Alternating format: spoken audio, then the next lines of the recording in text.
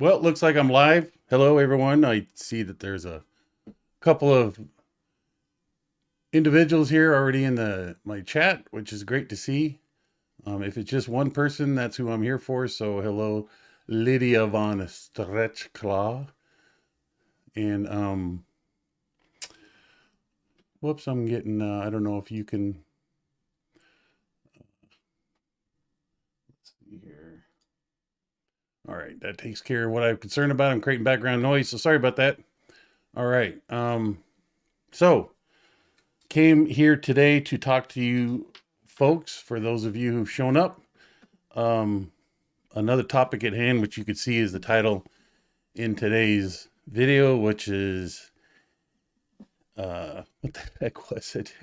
Hey, Tommy, and hey, Angie. Those are two people that I kind of feel that in this little community of ours, two people of which were playing in the same sandbox that we all were, the sandbox of Scientology, and particularly the Sea organization. The reason they are, I feel, a topic to be discussed is they are in a position that I once was, and where once was being aware of a lot of activities, wrongdoings of the church, contributed to wrongdoings, not only made other people's lives miserable, but made my own life miserable based off of what I myself had done. So this is kind of like an olive branch reach out to, not just limited to Tommy Davis and Angie. God, I'm brain farting on her name. And Andy Blankenship. There you go. Thank you, Janet. Janet from another planet. Yes. Angie Blankenship and Tommy Davis. These are two names that you guys who have come here to listen may be already familiar with through related stories of of maybe just mine, but other people's, other content creators in this community may have spoken of or referenced to an interaction between them or something that they witnessed Tommy Davis, as two examples, or Angie Blankenship may have took part in, enforced, done. Now, again, I bring this topic to hand because they themselves, of the deep-seated belief, they may be sitting here listening. And so therefore they may be going through the journey that I had, looking for help, looking for comfort, may even be looking for a way to navigate to the point where I and other friends of who they've seen on these platforms as content creators that may be friends of theirs, that they would like that comfort to be able to reach out to them. So I'm hopeful that through me being here, speaking of them, would be another step closer to giving them that comfort to come here and to take pride in not only reconnecting with previous friends or contributing to this community in some way that they themselves, Angie and Tommy, may be interested in contributing to. So I don't want to speak negatively about them as individuals, but I also can't surf around the obvious because I can only relate with them, my own actions and my own discomforts and my own way in which I navigated to arrive at where I'm at today and where others are at today. So I can't speak much about Tommy Davis himself and nor Angie, to be honest with you.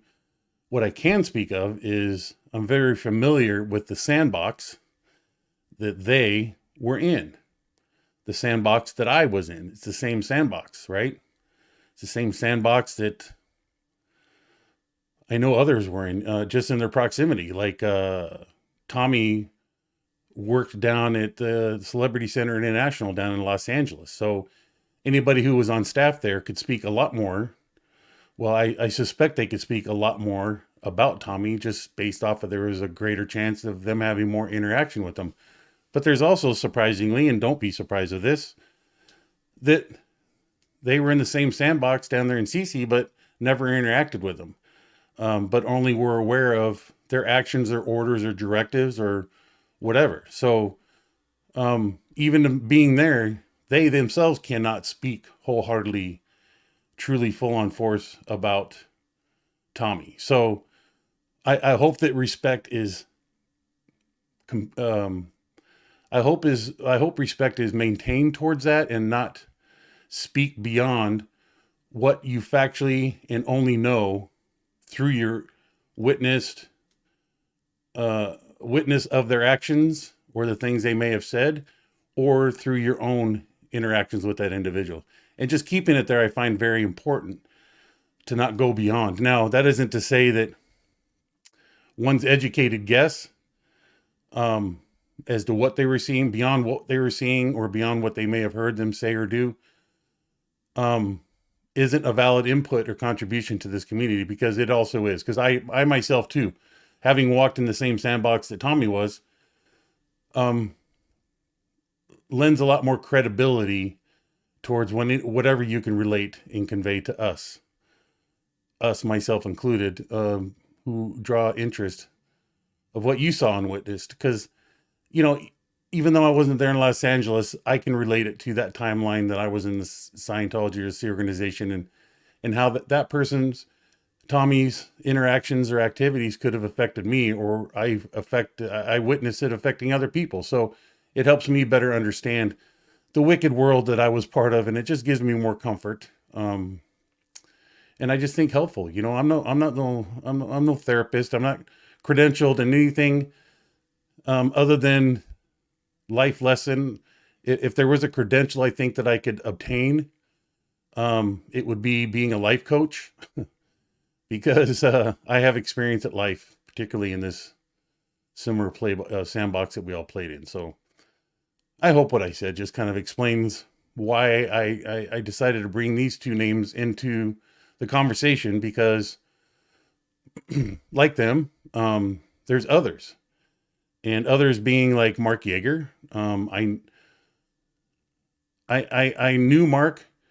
I knew Guillaume Laserve.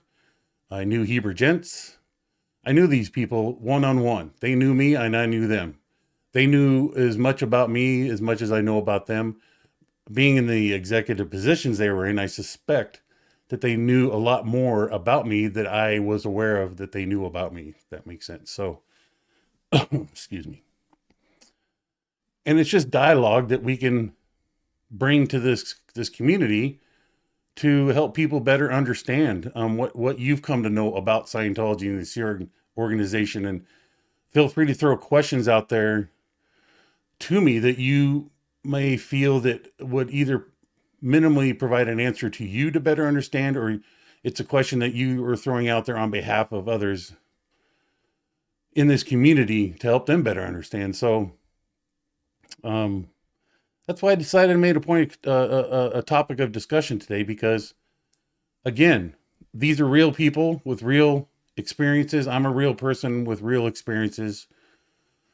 I only ask that any contribution to this is wholeheartedly done with intent to be nothing but productive, not counterproductive, not denigrating, or intending to walk away with a negative impact. That isn't to say I may talk about something or relate something that would have that.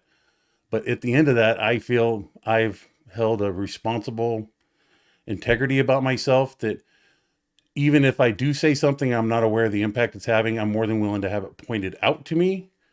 And I will do the best I can to bring it to the understandable and non-aggressive understanding, if that freaking makes sense. So here we are.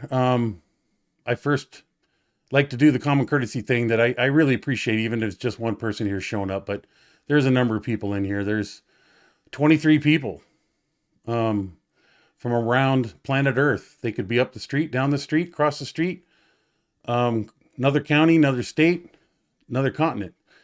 It's all the same to me. The closer you are, the better a chance we stand to go shake hands and smile and laugh with each other and go break bread and have a meal or create more of a working relationship. That would be great.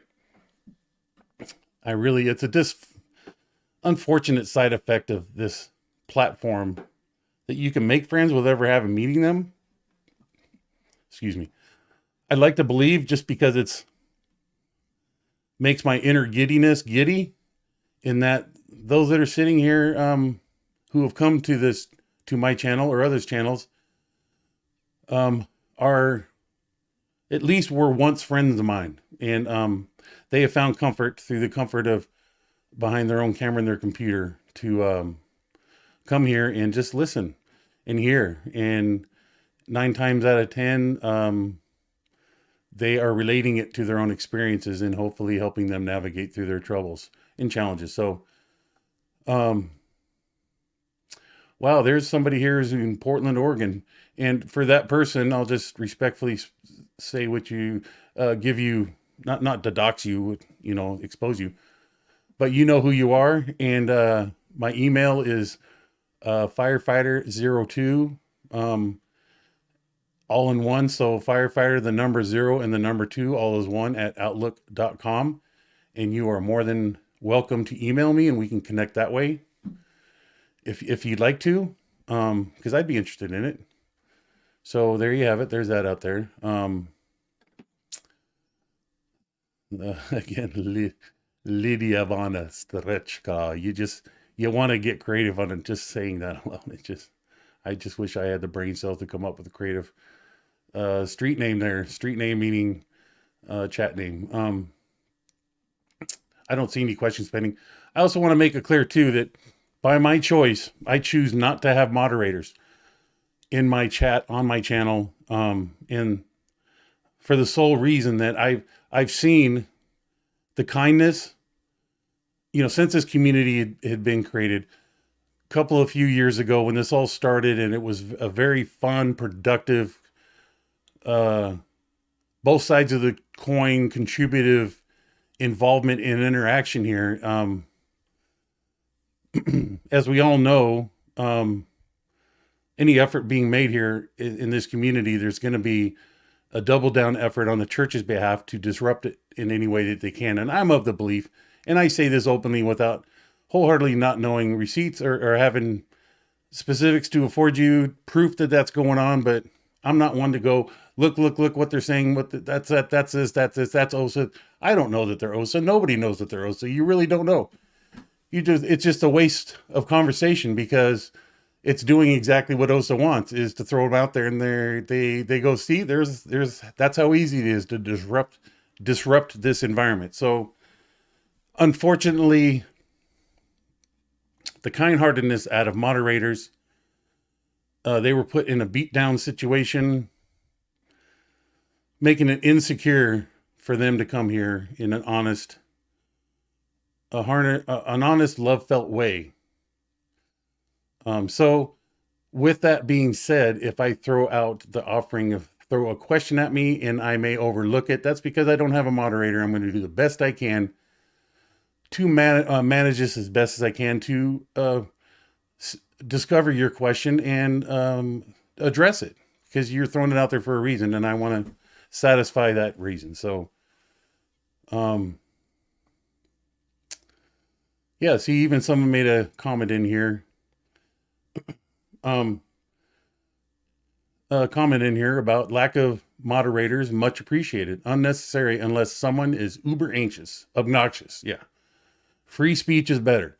Wholeheartedly agree.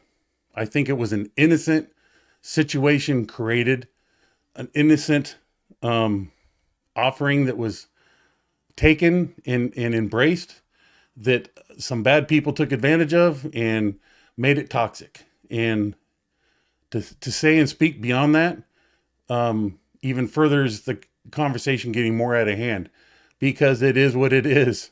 Uh, as you may have come to understand, like I just put out my email, I gave out my email in a very open way, because it doesn't affect me that even if I get 1,000 spams a day by the church, if that's who it is, there could be some 15-year-old sitting in, 3/4 away around planet Earth in a known environment that has these farms, online computer hacking farms that solely intend to do this. Well, I put myself out there. I'm willing to do that. So it doesn't bug me in the least, to be honest. Anyways, having said all that, I want to try not to. So Tommy Davis and Angie Blankenship, to the best of my knowledge, and from those that I've now know who walked the same walk that they did, have spoken out about the things that they are aware of that Tommy and Angie were aware of. More notably, more notably, you guys are aware of how Mike Rinder knows a lot about Tommy Davis. And we can conclude so much by that simple statement that it's not my intention for it to get out of hand and go down that path. We are just simply aware of that. And for that reason, I embrace and naturally trust what Mike has to say and relate about Tommy Davis. And only by that, I know that Mike speaks from his heart. I know, who else do I know? Who do I know? Aaron has himself stated that he's run across Angie in the local community down there in Clearwater. And he knows Angie, and he knows her a lot better than I'd ever know. I don't even think I could put a face to the name. I don't know her that well. Certainly don't know her as well as Aaron, but I entrust Aaron to convey in a truthful manner, as I would with Mike, information that you and I are interested in learning more about. So I may throw a question out to Mike. I may throw a question out to Aaron, and I'm happy to know I'm going to get an honest answer. I'm not going to get anything beyond what they know. I'm not going to get an answer that is full of opinion and expect me to run down this path of opinion and treat it as though it's the truth, because it's not the truth.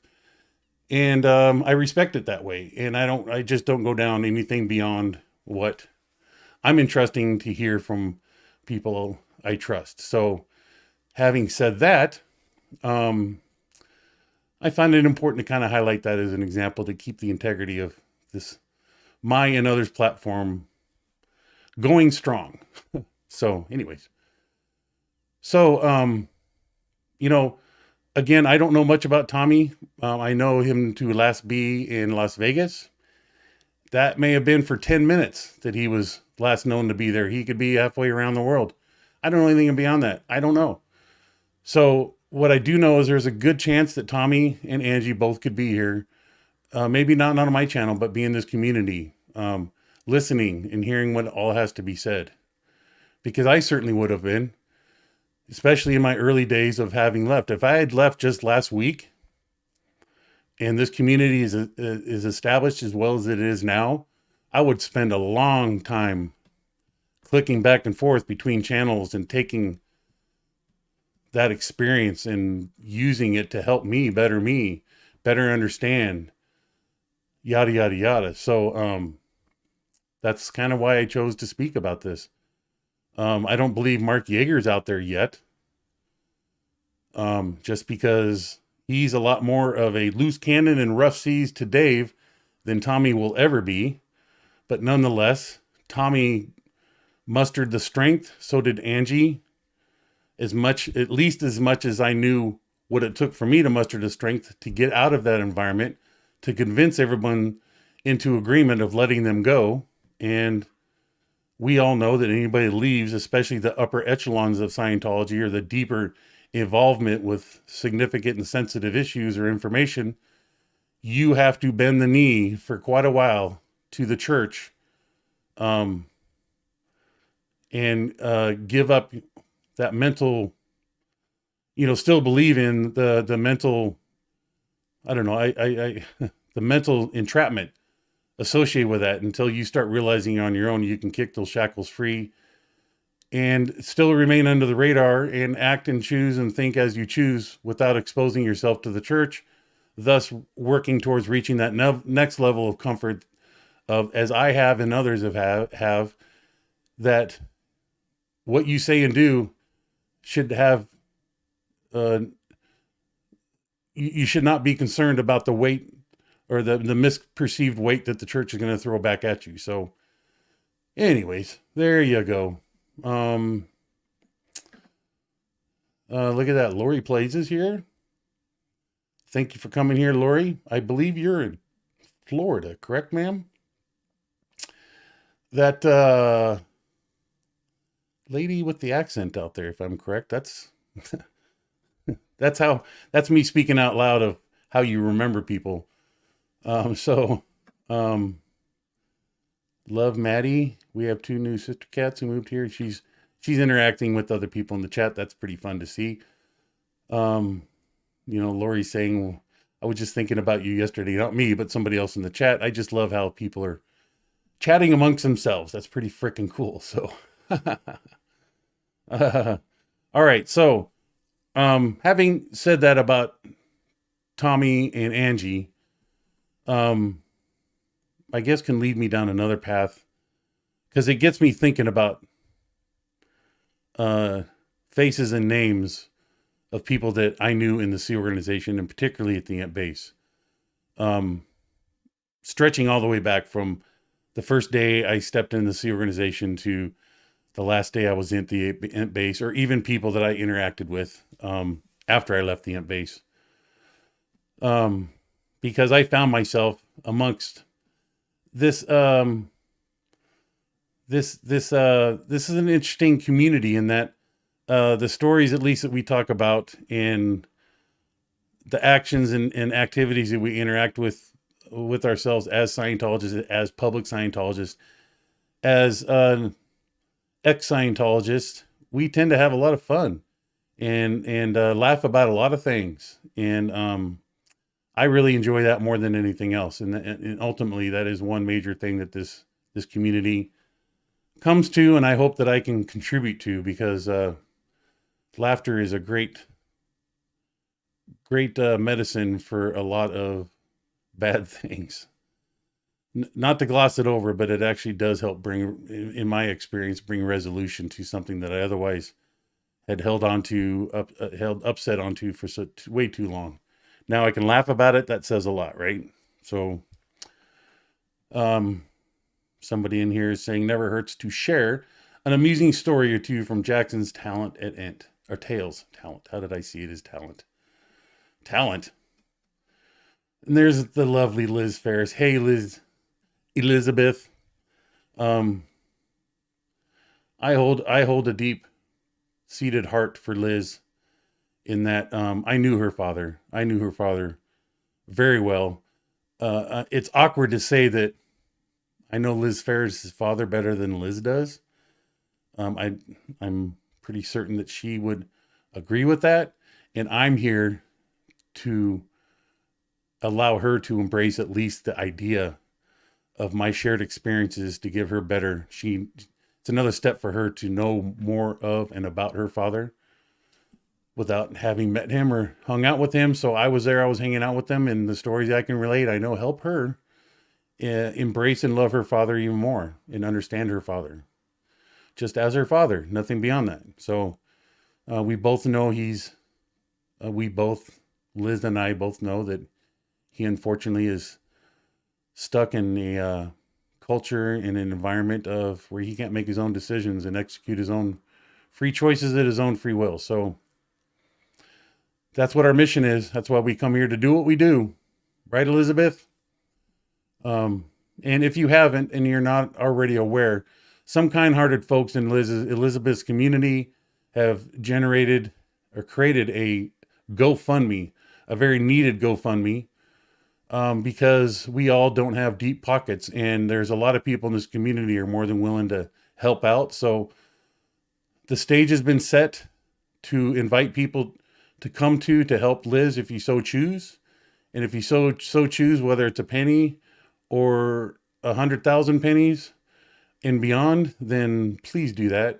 I thank you for taking the energy you've created in your life and helping Elizabeth out with it. Um, even in the name of not taking that to your own family, I mean, that just says so much about as a human being. So I thank you for that. And please, please, please do help her. She deserves it. She's needful of it. It makes it easier. She'll eventually find a solution to the problem that she's presented with, but the help out here can certainly expedite her arriving at that working solution that she otherwise would have a hard time getting to. So I thank you from the bottom of my heart for, like I said, if it's a penny or 100,000 pennies, it's all the same to me. Okay. I'm sorry. My mouth requires refreshed fluids every now and then. So I'm going to do the best I can to be more self-conscious and aware of, as much as I don't like listening to people's inner fluids traveling through their body. And when the microphone is touching the tonsils or picks up a lot more than I'm interested in hearing, I'd like to adjust it for myself. I'm just a little bit more self-conscious for that. So if you guys feel that you can hear anything beyond simple spoken word, then let me know and I'll do the best I can to adjust it. So anyways, let's see. So somebody said here, comment, it comes across you saw your post as being there for your community, not an organization. Yes. I'll bring up that statement here just so everybody can see who and what was said. Well, thank you, Lydia. No nasty noises coming through. Good. All right. So yes, Maria Dillard. It comes across you saw your post as being there for your community, not an organization. Yes. I feel I saw it that way because it more closely matched my character and my personality. Even if I was told that you are part of this organization to be here for the organization, and there was never a mention of being for the community, I would still look at it as, well, all organizations are organized to be there for some type of community. In Scientology sense, it because they self-proclaimed they're human rights advocates, they're drug-free world advocates, they're way to a happier life advocates, yada frickin' yadas. Yeah, that matched my character, my personality. So, well, thank you, SPTV Hall Monitor.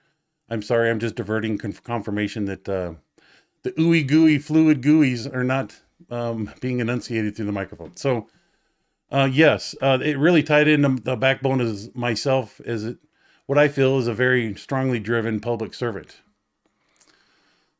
Someone more than willing to give the shirt off their back and happily walk around without any shirt and live with the discomforts because I gave it to someone else, and I'll figure out this new problem I've given myself, that I need to learn how to shelter myself. That shirt is affording someone else comfort. I will live with the discomfort and figure it out from there. No biggie. So that's just my attitude on life in general. So, yeah, I hope that answers your question. And I literally could speak quite a bit about that. And what I mean by that is I can give you hundreds of examples from my time I spent post Katrina in Louisiana, helping all the victims of Hurricane Katrina. I was there for 4 months. That's a whole story I can tell in itself, and what I learned and gained from that and what I witnessed.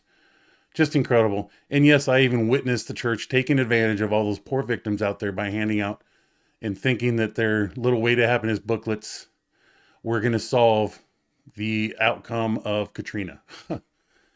Anyway, so yeah. So okay. I hope that answers that question. Let me see if there's any others that I missed here. If there aren't, then I'm going to jump into some sort of relatable story here, relatable topic. Because I made a list of stuff here. So let's see here. Let me just pick one from here. Okay, here's one. If you guys are not already aware, I worked at the international headquarters of Scientology. Comparatively, it would be Scientology's version of what society knows to be the Vatican.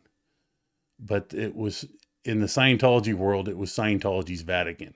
The place in which all the future, the bright future, and the current stability of Scientology occurs. Where all the command decisions were made, where all the ultimate decisions were made for Scientology, across the entire spectrum of Scientology and the spectrum of all Scientology related organizations. So, excuse me. So I first arrived at the international base in May of 1982. I was brought there at the time as what you all may have come to understand, if the church just does these random recruiting or internal recruitment, taking people from the one place and moving them another, and constantly shifting them around, or what was called musical chairs of in the personnel world. So imagine today's common human resources. If say you worked at Nike, and there's people that work in the shoelace division, there's people that work in the reflective emblems division, there's people who work in the rubber sole division. If it was suddenly discovered that we need a lot more manpower in the shoelace division, the way Scientology's human resources department works is their first draw would go, let's go down to the rubber sole division and pull from there, and tell everybody in the rubber sole division that they need to man up and double their responsibilities to fill in the voids that we're creating for you, and bring half the staff from the rubber sole into the shoelace division. And then that lasts a while. Then they turn around and take all those, now that the shoelace division problems have been solved, let's take those people and put them in the reflective emblem division. And that door just keeps turning and turning and turning. In the meantime, they nickel and dime recruiting fresh people from the outside world into their environment. So it's a wicked world. So having said that, that's what was happening with me. Because I qualified, I didn't have much of a dirty life history. I wasn't involved, I just met their security qualifications to come up there.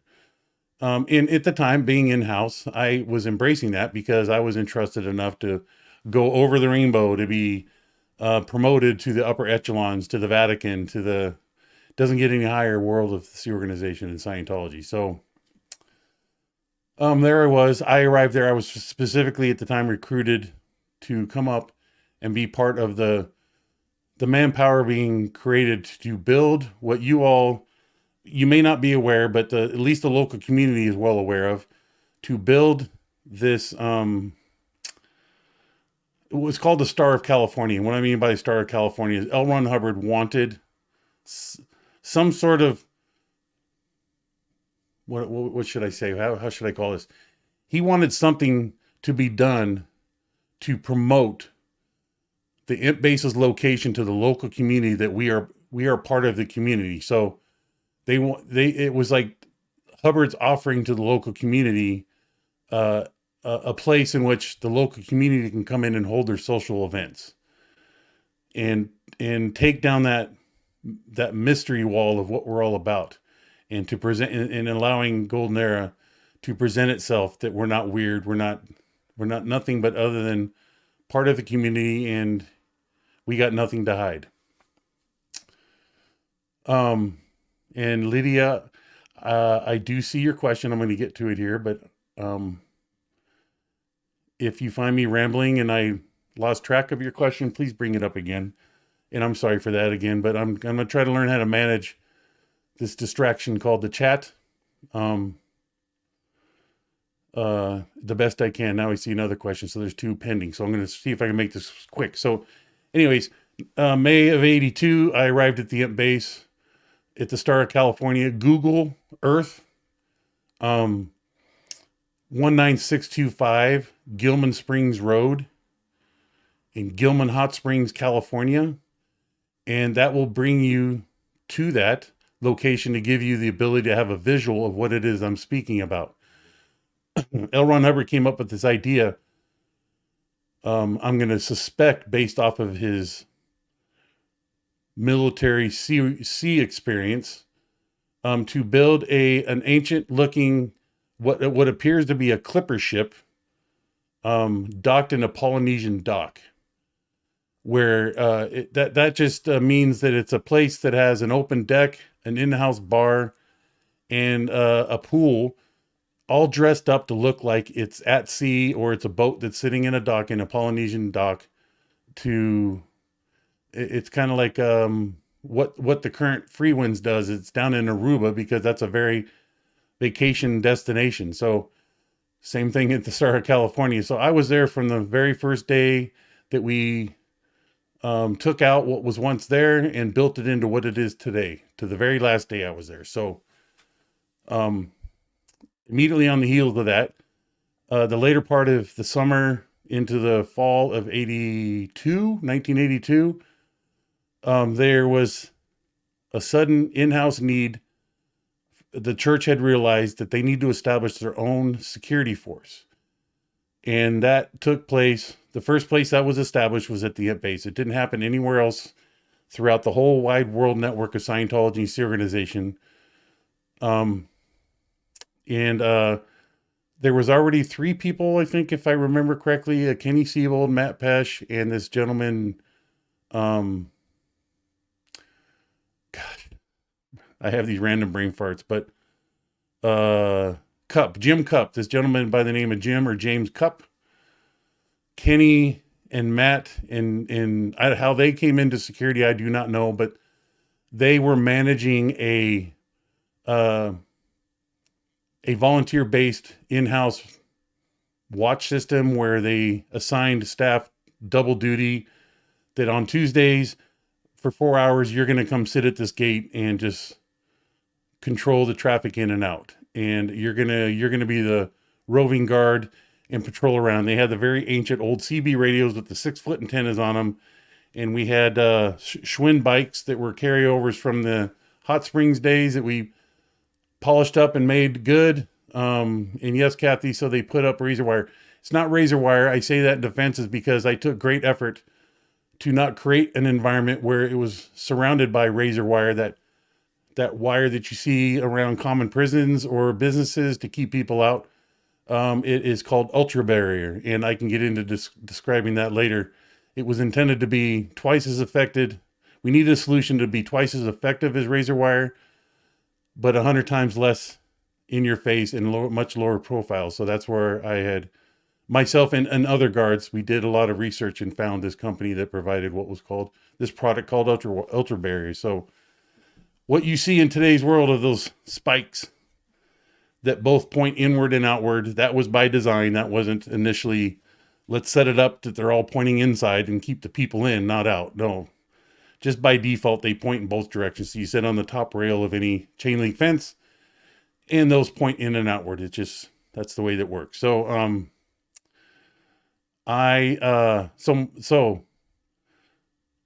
actually, I will backstep because I'm just remembering I misrelated something to you.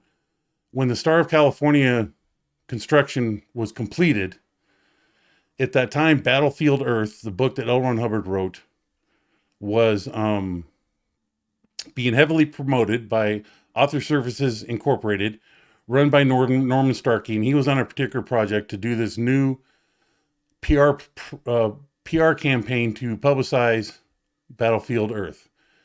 So I was in cinematography. I worked in the sets and props department. Me and my crew built a large version of the main character in Battlefield Earth called Terrell, Terl. And we brought that character out of the book into reality, and it became a mobile display. And at that time in Southern California, there was this new thing going on called the US Festival. The US Festival at the time in the 80s would be the modern day in the 80s Woodstock, another attempt by someone who had great interest in putting on a multi-talented concert with many, if not most, if not all of the top name artists at the time. And this would include Queen, Fleetwood Mac, The Cure, In Excess, you name it. I could probably Google it and bring up the name of those that were there playing at the US Festival. But part of the US Festival was also, because it was put on by the head of Apple at the time, it was his interest to bring music to the world. So he used all the money that he made to put on the US Festival. And with that, he opened up the doors to expose people to the latest technology in the world at that time. And that included us being set up in one of the tents, the many big tents that were set up there, where, what do they call them? Vendors could set themselves up and promote their products at the time. That included the musicians at Golden Era Productions that we had. They made the music for all the films and all the audio visual products of L. Ron Hubbard that put music to anything and everything. So the musicians were there. They were in these Battlefield Earth related space opera outfits, and they brought all their equipment, and they had L. Ron Hubbard, well, Golden Era had at the time the latest and greatest keyboards, synthesizers, and music that they made part of the music and audio, the soundtracks that they provided for the books and anything L. Ron Hubbard requested, basically. So they were there, and there's Mr. Shimwowski, and hey, brother, I got your Cheech and Chong stickers, by the way. They're in the other room. I don't have them to show, but he knows my little inner desire to have my Cheech and Chong moment, so I can't because of my commercial license, but I humor myself that, yeah, I look for that, hey, dude, just because I just find that hilarious and very apparently relaxing, but that'll get in the way of my wherewithal. So I've updated you that I was part of the crew to build the Star of California from beginning to end. I was then reassigned to the cinematography, put in the sets and props department. I quickly got dragged into that whole display up at the US Festival, which was an incredible life experience for me. I got to see Stevie Nicks live. I'm drawing down and trying to remember who was part of that thing at the time. I even think Tom Petty was there. Like I said, The Cure, The Clash, I think was even there. All the great artists at the time. I'm not sure Michael Jackson was there. I'd like to think he was, but I don't think he was. Anyways, it's just something in my history that I'm proud to say I was part of. Yeah, I was at the US Festival. So, we were there for every day that was put on. And I think it was a 3-day weekend. It was more than one day, not more than 7. Oh yeah, Oingo Boingo was there. That's right. Only a Lad, baby. Only a Lad. Really? Anyways, Oingo Boingo. That was definitely a cool band at the time. So from that US Festival, Norman, and part of what was arranged is the end result of our involvement with the US Festival was a lot of promotion being made. From that were to be these still shots, these headshots, these 8x10 glossy pictures that could be taken that were had of proving our involvement and exposure at the US Festival, and then handed out as promotional items to society. Yes, witness. Yeah, John. Oh my God, I haven't heard Oingo Boingo in a long time. I know, isn't that cool? And witness, yeah, ooh, The Clash. Yep. I love talking about music, which is one of the topics I want to talk about of my history in Scientology, because it had a lot to do with me at the base. And it's music is a personal point of passion to me. So back to my topic. So there were known photographers, in-house photographers, other people in the cinematography. The cameramen were sent out there to take video recordings and still shots of all the happenings of Battlefield Earth's promotion at the Imp base. Well, unfortunately, the head person spearheading that effort at the direction of Norman Starkey found himself at the height of it during key moments, out rolling in a blanket with a fellow staff member doing the hippity dippity. And he ended up not getting the shots. The opportunity came and went. And when he was done doing the hippity dippity, the show was over and he couldn't take any shots. And therefore he had to answer up as to why he had no shots. And that was how the discovery came about that he was doing. They were out doing the hippity dippity. So from that, pissed Miscavige and Norman off to no end. And because the US Festival was over and that was the key promotional piece we were going to use, or they were going to use to promote Battlefield Earth, in society's response to it, we had to recreate it, believe it or not, back at the Imp base to get those shots, to get those promo pieces. So Dave Miscavige, and headed by Norman Starkey, oversaw our recreation of the US Festival back at the Imp base in the original, in the film studio of the time. And boy, was that an event. Because little punk, testosterone-driven punk that I was, even though I was part of the crew assigned to film and capture and document and make the sets, make the props, recreate the US Festival for what the base staff at the time became the public that were attending the US Festival. So here we found the Imp base Scientology, upper Scientology, Sea Organization members who were kind of... you never find them in these situations, to see another good looking base staff member woman in a bikini, the chances were slim to none. But the opportunity was thrown in our face when the US Festival was demanded to be recreated. And that opened the door for a lot of base staff to be costumed up and made to look like they were part of current society attending the US Festival. And if anybody who would have attended the US Festival would know that everybody just chose to show up as they chose. So we had to create all those characters by the use of base staff. So costumes department had to get torn up t-shirts and skimpy jeans and what do they call those? Daisy Duke.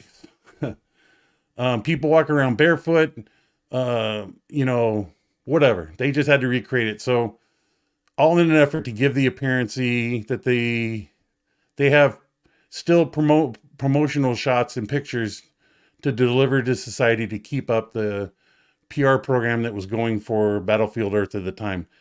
Very comedic, this whole thing. So that was a life experience. And then shortly after that, me working in sets and props, it was still the later part of summer, early fall of 82 that I was still in Cine. I was reassigned to be the video assistant. Now the video assistant means Hubbard had discovered that the best way to shoot a shot was to frame the shot with the camera that held the film, with also a video camera to create the same frame. So we can video it first, review it to see that it's going to work on film before it was put on film, because film's expensive. So rather than set up a shot, take a guesswork picture, or put it on film, use the film, have to wait till it gets developed and then review it to see if actually it worked, that what was shot on film actually turned out, and we didn't need to reshoot it. Video was used. So, and of course that was the development time of VHS tape and beta tape. And we had two types of different recorders. There was a beta recorder and there was a VHS. There was a lot going on at that time. So, and even L. Ron Hubbard liked to pride himself on being a step ahead of the rest of society. So it was discovered that you could have this one lens would produce the same shot onto film or video without there being two separate cameras there. So you could just set up one camera and get a real representation onto VHS and look at it through VHS and make adjustments before it was put onto film. So we had that elaborate setup. It was pretty incredible to witness that technology at play, especially again, being a young young dude growing up in life. So not only did I have the visual satisfaction of seeing all these pretty women very much dressed down. I'm not going to say I was perving out on it, but I think you know what I mean. I was just a young, dumb kid. I'm like, holy mama pajama. Just enjoying what I had before me. So that was, and then that included my involvement with, and my witnessing and seeing how L. Ron Hubbard shot films and everything involved behind it, which is further explained by Mitch Brisker. He was a good buddy of mine. I was there the first day that Mitch arrived. I understood why he was brought there. He became ultimately the director that Dave Miscavige had always been looking for up until that point, which is the early 90s, if not 1990 forward. Prior to that there was always an in-house and failed attempt to have our own in-house director. Nobody could ever capture that capability or ability to produce a good film. Or direct a good film. So Mitch was the one that was discovered to be that one, and he was there for 30 years. Anyways, and I was there part of that. So I got to know Mitch very, very, very, very well. Anyways, I diverse. Is that the correct word? Anyways, so back to my involvement in Cine. Now, around that time, L. Ron Hubbard we were doing these because of his aggravations of trying to form a productive, competent shoot crew. He was always given direction. So we had to shoot our daily shots, submit it to him to get the critique back. It was called the critique. And we would get a 24-hour response back from Hubbard, which would then turn into people getting corrected. We'd have to go through our cramming, word clearing, what we discover what we did wrong. Even if there was a direction for Hubbard would tell us to go watch this movie. And I remember one in particular, and that was Clockwork Orange. And that was based off of one of his technical directives. HCOB in the Scientology world, it's called a technical direction, where you had the administrative policies that were on green on white. There's the technical stuff. So there's a technical directive called Art Series 8, where he laid out in there where you would go watch a movie to watch a particular creative aspect to it, such as the lighting in this movie, I consider to be perfect. So go watch that movie and key in on how it was lit to better understand what I'm asking of you to do in my films. So Clockwork Orange being one of these ones that was kind of all embracive of all aspects of filmmaking. He had us watch it numerous times, and that was quite a heavy movie for me to watch as a very young kid. Not to say the church forced that upon me as to mold my mind. It just, I'm sure my mom and dad may have had something to say, some input to say about me watching Clockwork Orange at such a young age. I'll say that. But I actually enjoyed Clockwork Orange. I thought it was fascinating. You know, that was the beginning of my embracement of how a human being could create passion of creating a character and have an impact on me and create a message and be part of a film that's like outside of that film, outside of that camera work, that person's not what they portray themselves to be. And I just find that fascinating. So, yeah, Lydia is saying it's a fabulous visual film. Not a massive fan of Kubrick, but his films look great. Yeah. So you can see the value of why we would look at other films. Anyways, Hubbard used that as a to fulfill his inability to explain to us how he wants shit done. He would have us watch movies to better increase our artistic value and input on the making of his movies. So, that's my short explanation of my involvement in Cine. I found that involvement quite entertaining. There was a lot of equipment and stuff that I otherwise would have never been exposed to or learned how to use, and to use it in a creative way. Yeah, Tim Greenless is saying one of Kubrick's daughters is a Scientologist. She was the little girl in 2001. I never knew that. I'm going to have to look into that. And yes, Kathy, just as a follow-up, you knew it wasn't actual razor wire, but you mentioned that Hubbard wanted to convince the locals that you all weren't weird, but then built that compound. Nothing says nothing to see here better. That's correct. I love that you get that. I just love that you get that, because that's what it was. Hey, there's my brother Mitch. Angie B took a lucrative deal when she left. I doubt she'll ever give it up. Well, there's a follow-up answer and further information of what Mitch knows about Angie. So it sucks that she's been put in that position, but you know, Angie, if you're listening, you can still hold on. You can still hold on to that money and help hold the church accountable. That's all I'm saying. So back to my point. And Mitch, I hope, I was telling people that I was there the day you arrived to the base, and that was the first day of many, many, many days of getting to know you and learning about you and your talents. And that bond that we were created. And while you were there, you had no idea the impact you had on me, but I've since told you. But anyways, that's a topic for another story, a story for another time. Back to me being in Cine. And quickly, Mitch is telling me that Kubrick's daughter came to Gold to be consulted on the Industry of Death Museum. She is not a Scientologist. Well, better, who would better know than Mitch, who worked with her? So I'm not pissing in your cornflakes, Tim. You've come to understand that she was one of Kubrick's daughters. So okay, so I'm going to say, yeah, you're saying it was Vivian. I'm not sure if that's Vivian. I'm not going to get into that conversation, but you and Mitch can have that conversation in the chat. What I do know, I wasn't there, so I don't have much to say about it. How's that? Anyways, back to me. So I had a short-lived experience in life in Cine. I actually nearly came to be killed when I was in Cine, to be honest with you, because there was this, in the Cine world, there's this position called the grip. He's kind of a jack of all trades guy that fulfills the needs of all departments of filmmaking. And we had this vehicle called the Mule, which was a military utility vehicle that basically was just a go-kart on steroids. And it had a single operator scene. It was all completely, it had no doors. It was like just a flatbed with this little small rail that ran around it.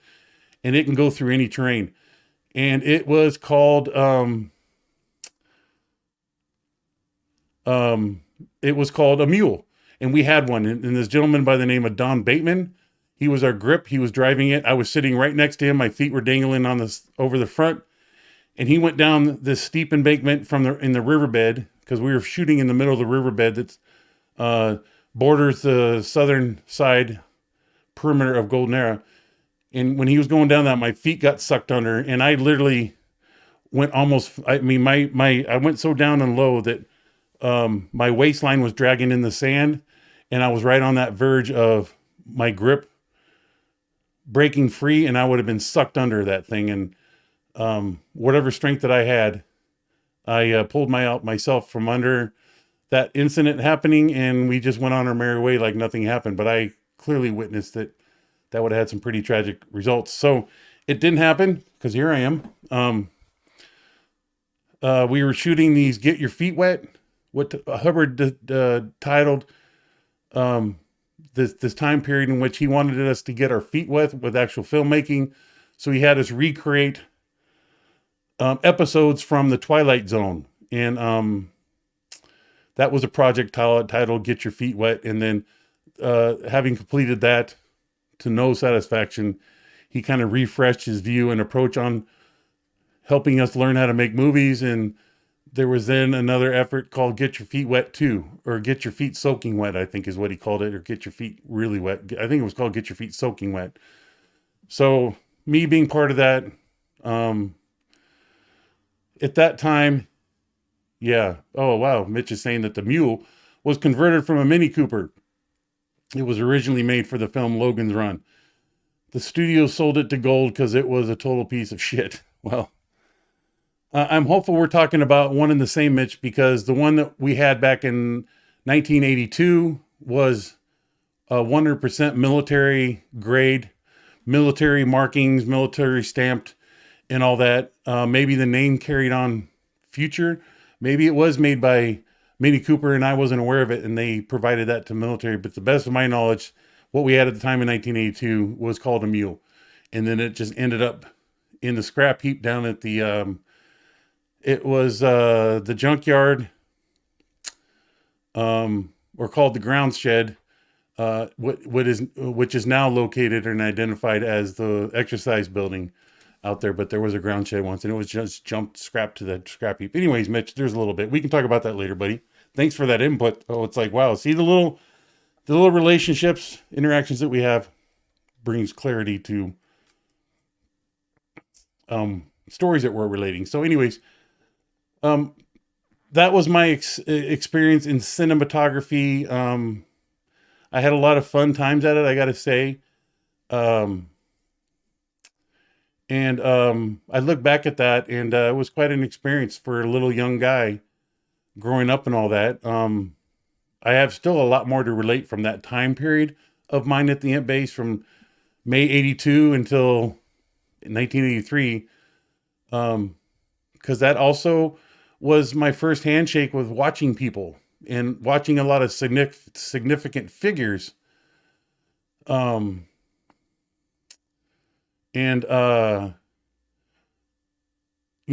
it was significant figureheads that those who were part of our community know what I'm talking about. And that would have been, his name was John Nelson at the time, Paul Grady, these people of significance that were taken off their jobs and put under watch. And that was, again, this 14, 15-year-old kid, never knowing what the stuff about. I was assigned to watch them. And my only instructions was, these guys are not to leave. That also involved watching this gentleman, Kenny Lipton, who was the brother of Peggy Lipton from the 1970s TV series called,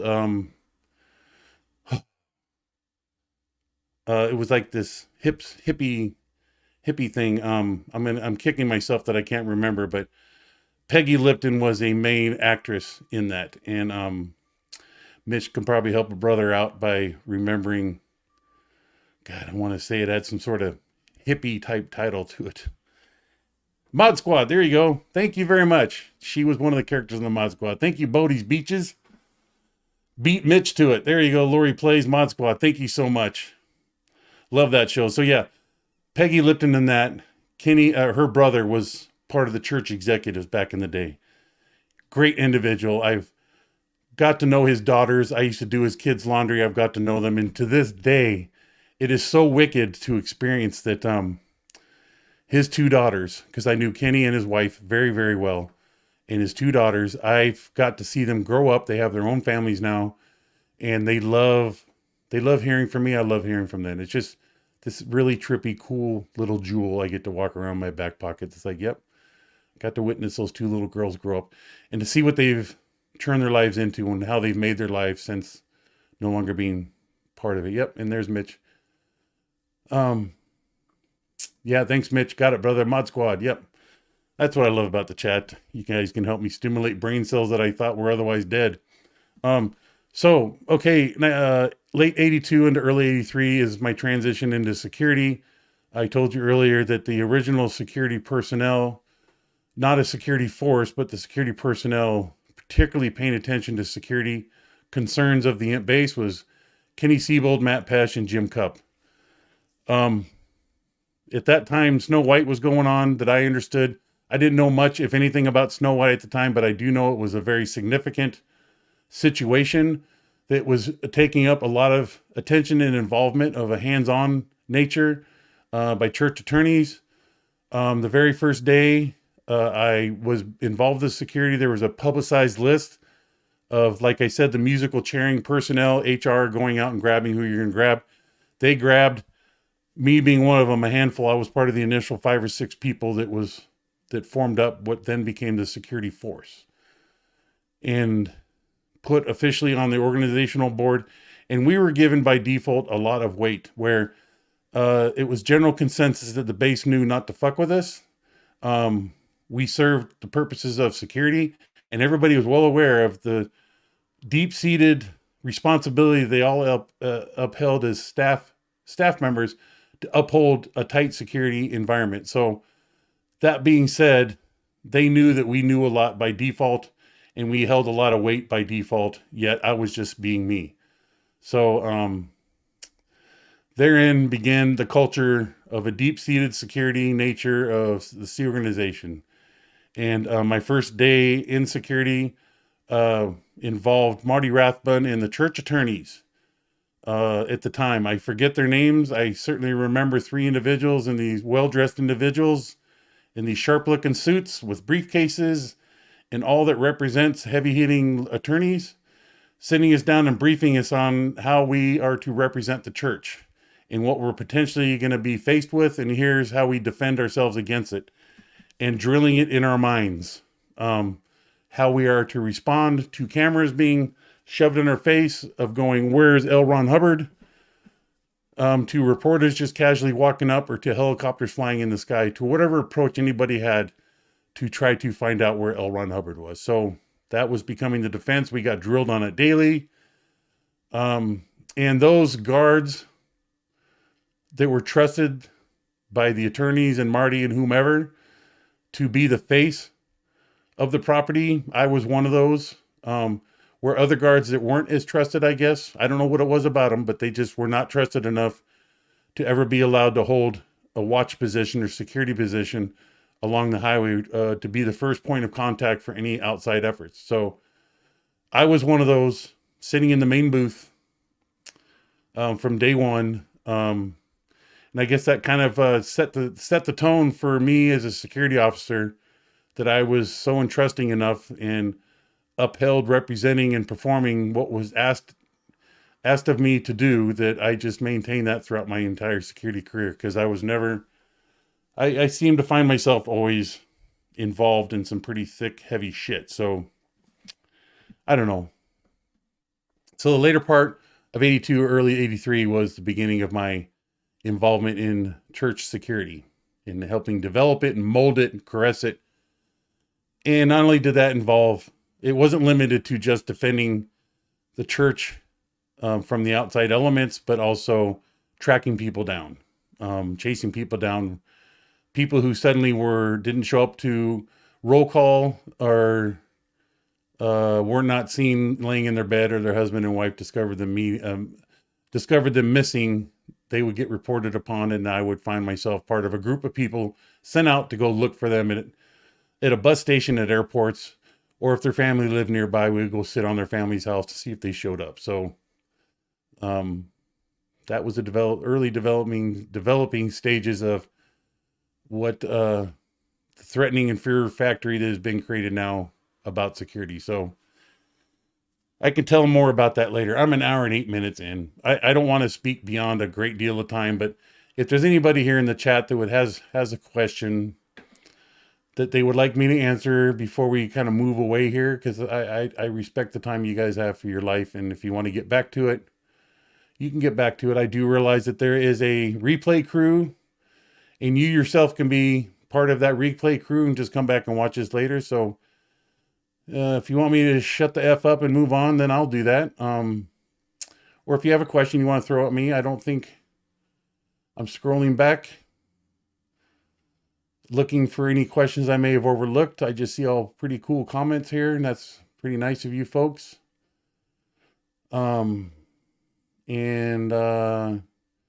Yeah, your contributive statements, contributing the things I had to say. So I really appreciate that kind of input. It kind of corrected me on the fly, and I appreciate that. So thank you so much. That, again, that's what it's all about. The value of maintaining integrity, of why we're here.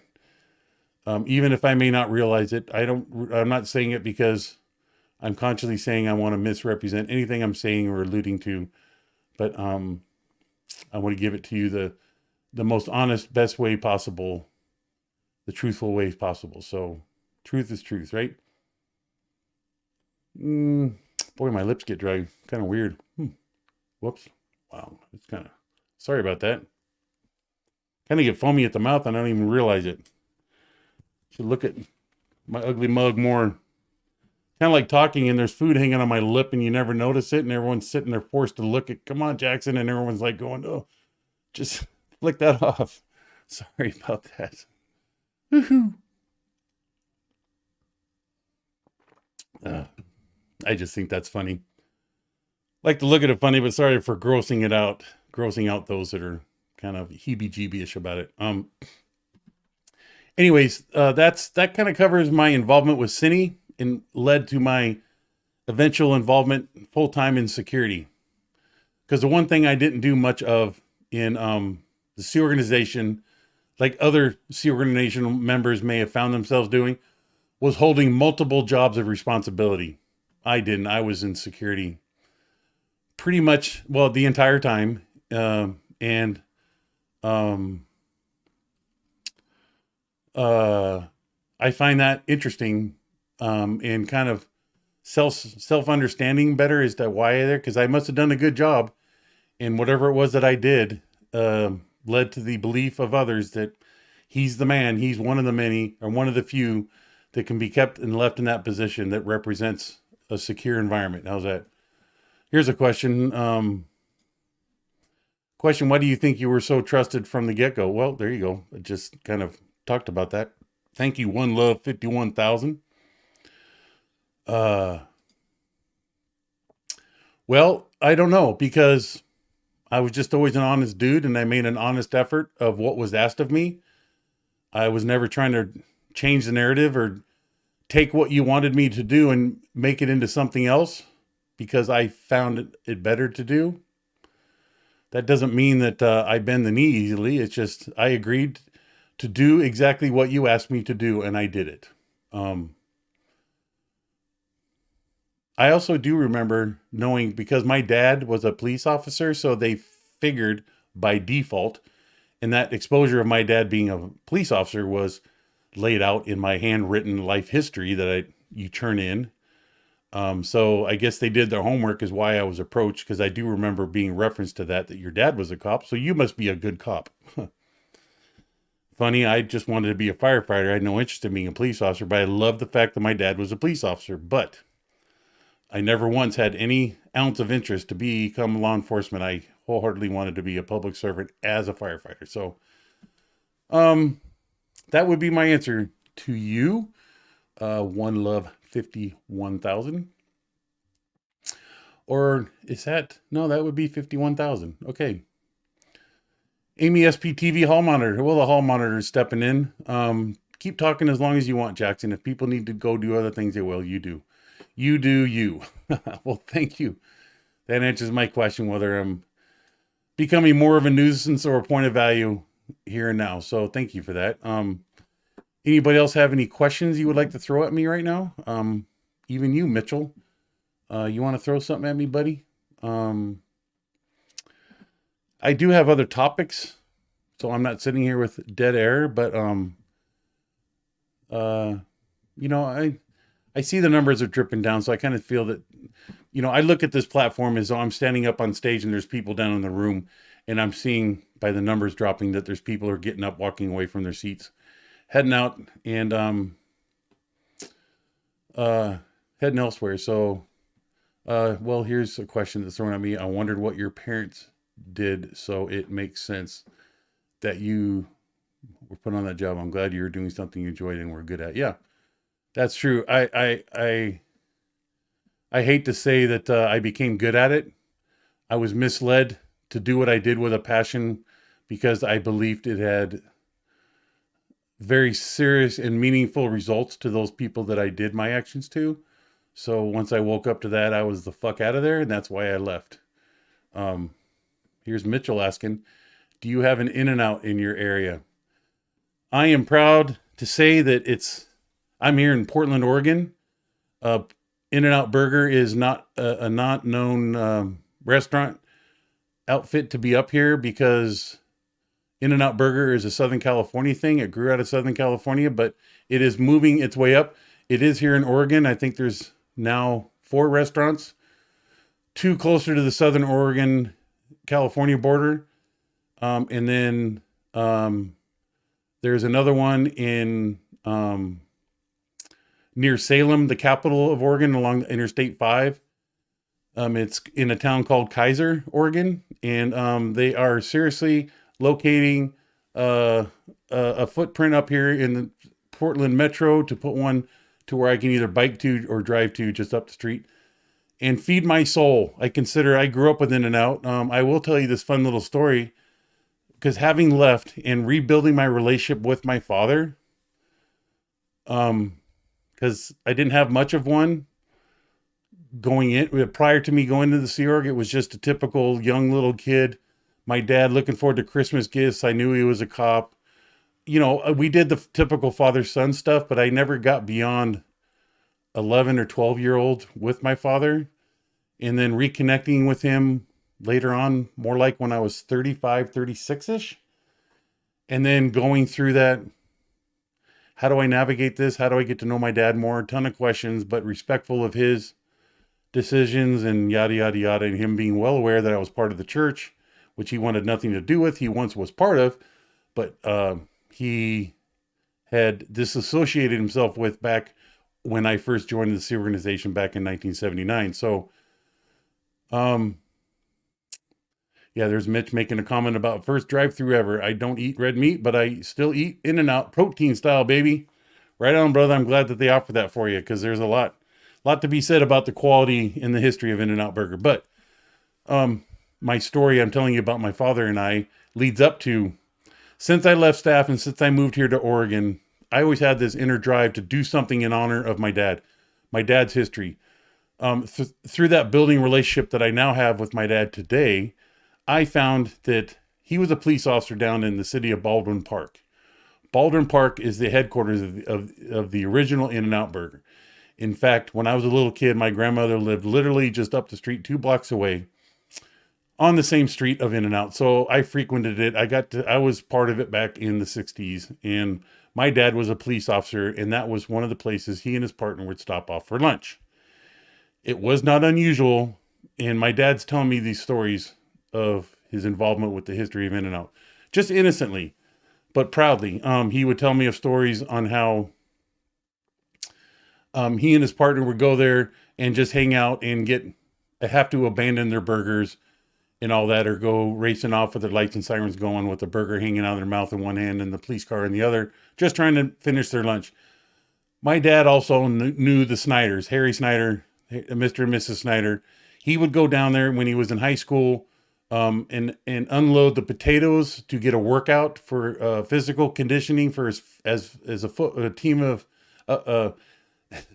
team member of the high school football team. He would go down there and unload the potatoes for this Mr. Snyder for In-N-Out as part of his conditioning. So I referenced my dad telling me the story of him and his partner. He used to tell me this over and over. It happened over and over, many a time, that they would go and place their food order, which was just a typical hamburger, fries, and a drink, and then get called off. And one day he and his partner walked up to the window, and my dad said, "Hey, why don't you double up the patties on it? Basically make 2 burgers into one.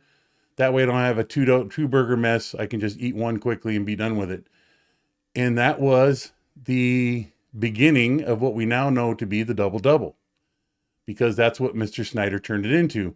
Now, I kind of humor myself. It's like, yeah, Dad, you were the one, you had something to do with what we know to be today is the trademark sign of In-N-Out Burger is the double double. And I think it's kind of funny. I felt that I came to realization how disrespectful it was. And my dad's just telling me the honest truth, and I wholeheartedly believe him. In the hold on a second.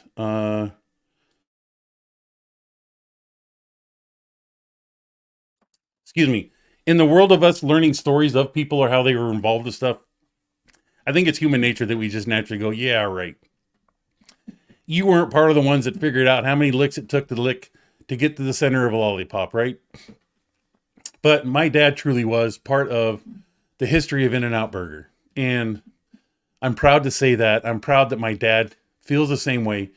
He expects no accolades about it. So I had thought for myself, what can I do to my dad to give back to him, to give him the respect of something that he was involved with, that millions of people that have now come to know In-N-Out through the hardworking work of the Snyder family to bring In-N-Out Burger to the world.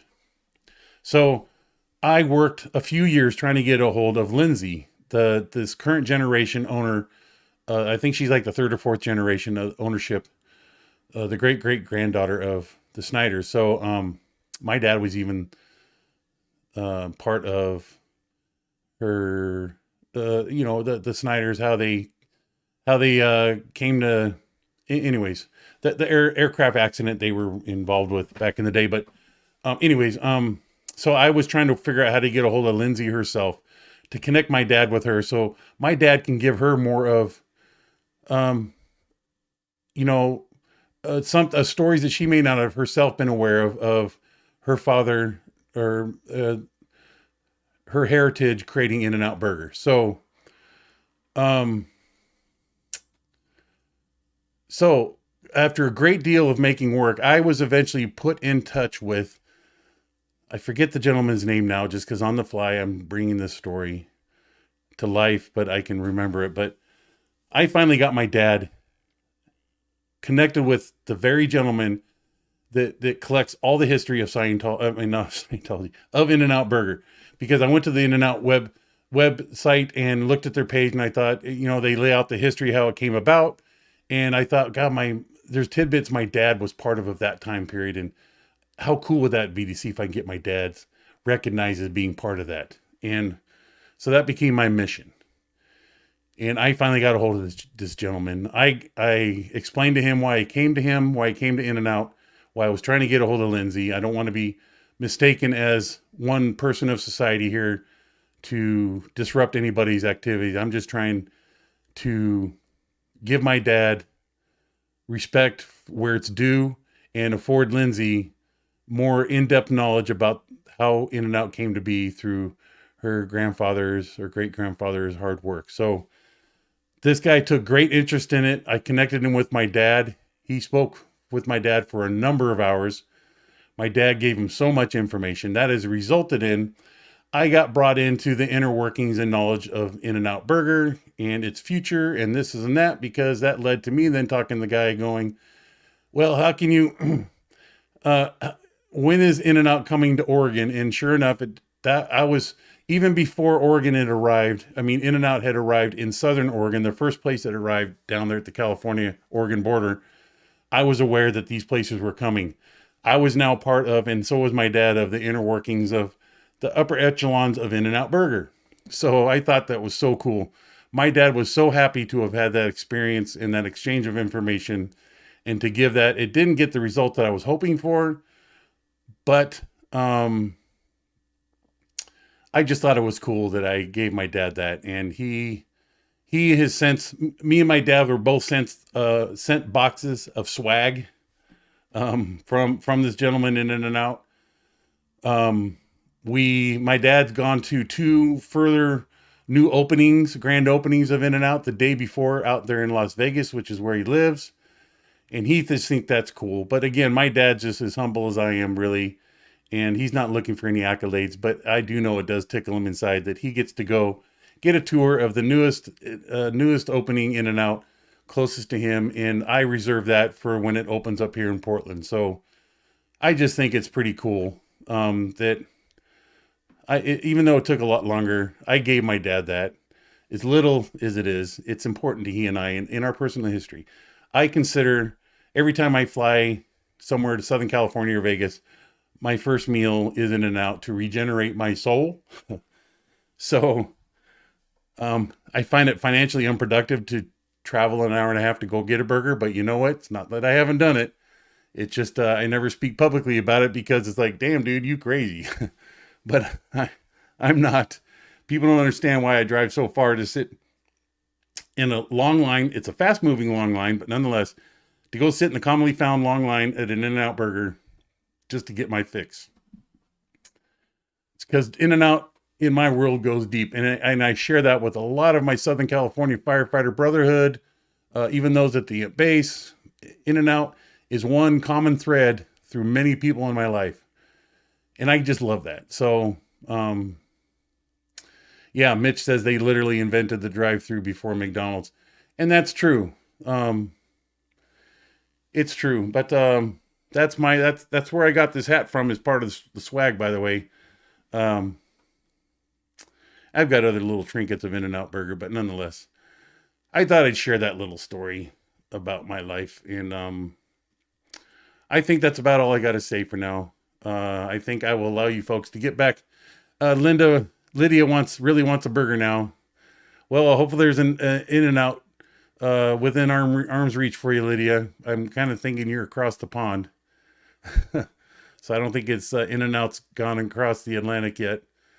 And giving the fine folks of the European continent the beautiful experience of an In-N-Out experience. But I hope to one day that you travel over here and get one.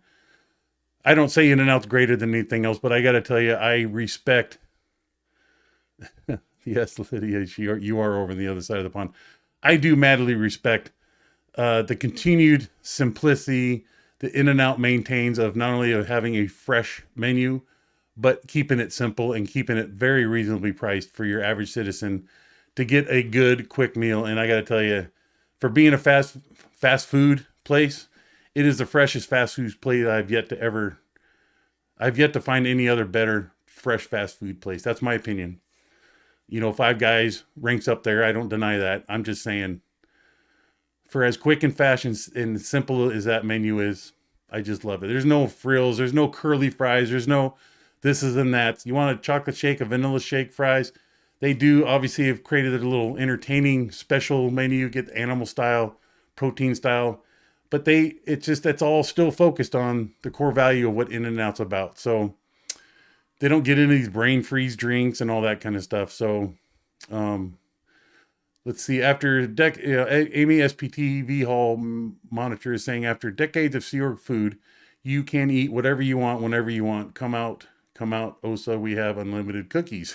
Yes, we do. Unlimited cookies, absolutely. Lydia is also saying, I was just about to go ask that. I guess I answered a question you were looking for an answer for. And then Mitch is saying that when my British nephew visits from London, first thing he does in LA is In-N-Out Burger. And I got to tell you, for that to become so much deep-seated in a culture of life, and it's just always consistently a little fun, bright star that people get to talk about, I just think that's cool. I mean, what a thing to accomplish in one's life is to afford society that. Just so much satisfaction to be had from it. And I got to tell you, it kind of represents what I'm all about. And that's all I'm here for, is to give people a better life, make myself have a better life. I'm not here to create controversy. Yeah, McDonald's is a fine thing, but you know what? They've grown into becoming indirectly known and should be accountable for bigger waistlines in today's culture. That isn't to say that In-N-Out doesn't create it, but I got to tell you, like I said, McDonald's is clearly all about fast food. The faster you can make it, and they've reduced standards down to barely qualifying as food. That's their doing. You know, if people choose to eat it, that's what they do. But I know In-N-Out maintains freshness and purity of what they provide. And if you eat good food in moderation, you're never going to get the waistline. So, anyways, that's all I got to say. I'm not gonna create a wildfire to be gone down there. It's just my opinion. That's what I've seen. That's what I've come to love. Kathy O'Toole, she lives in New Jersey. And I love Jersey accents, gotta say. Can you say Sopranos? Spent 20 years in Kansas City, but never had an In-N-Out burger. Well, sweetheart, that is a sweet little offering that the West Coast has to offer you when and if you ever do come to visit. I think it's made its way east as far as Texas. So I think Texas, New Mexico, Utah, I know Arizona has it. So any of those states, if you find yourself in them before you get to California, look up In-N-Out on their website, and you probably stand a chance to be pretty close to one and may not even realize it. They're only in California, Nevada, and Colorado. Well, unfortunately, Mitch, they also are in Texas now. And I think even further, I at least knew that they were looking for real estate, I think, as far as Tennessee, getting closer and closer to the East Coast. So, I once knew, Mitch, that they were in California, Nevada, and Colorado only, but I know they're in Arizona. Um, I know they're in Texas. So there you go, brother. It gives you and me the more comfort that know the more that we travel, there's going to be more of a likelihood that In-N-Out's going to be there, which is awesome. So they grow their own potatoes, and their beef is never frozen. They own potato farms in Idaho, and yeah, and again, that's another thing that's unique about In-N-Out.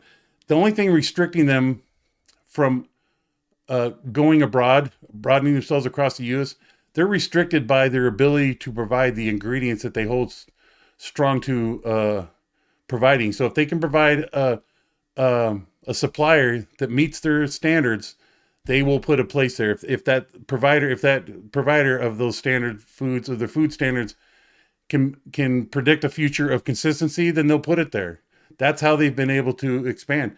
Because I discovered that when I was finding out why it's taken so long to get in Oregon, because they were trying to figure out how to keep the supply going is on their freshness thing by finding a supplier up here in the Pacific Northwest.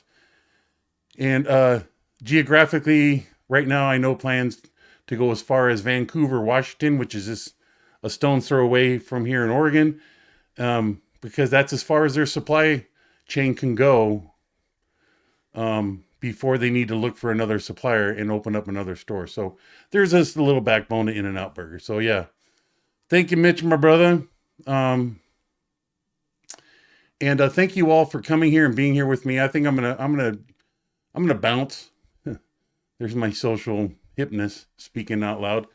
I'm gonna bounce, but I thank you all for coming here. Most importantly, I think it's important that I represent for you, the listeners that come here to hear about the information and things that I have to say and who others have to say in this community, that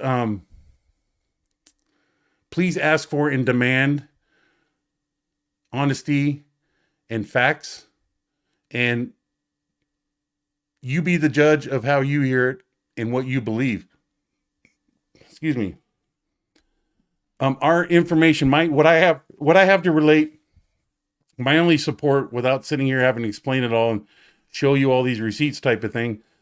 What I have to relate collaborates with other people's stories, and those people's stories collaborate with other people's stories, and that self collaboration is all telling. So, I'm just a hard believer of not getting involved, not creating any level of controversy whatsoever. I'm not going to lie to you that I may have paid interest to it.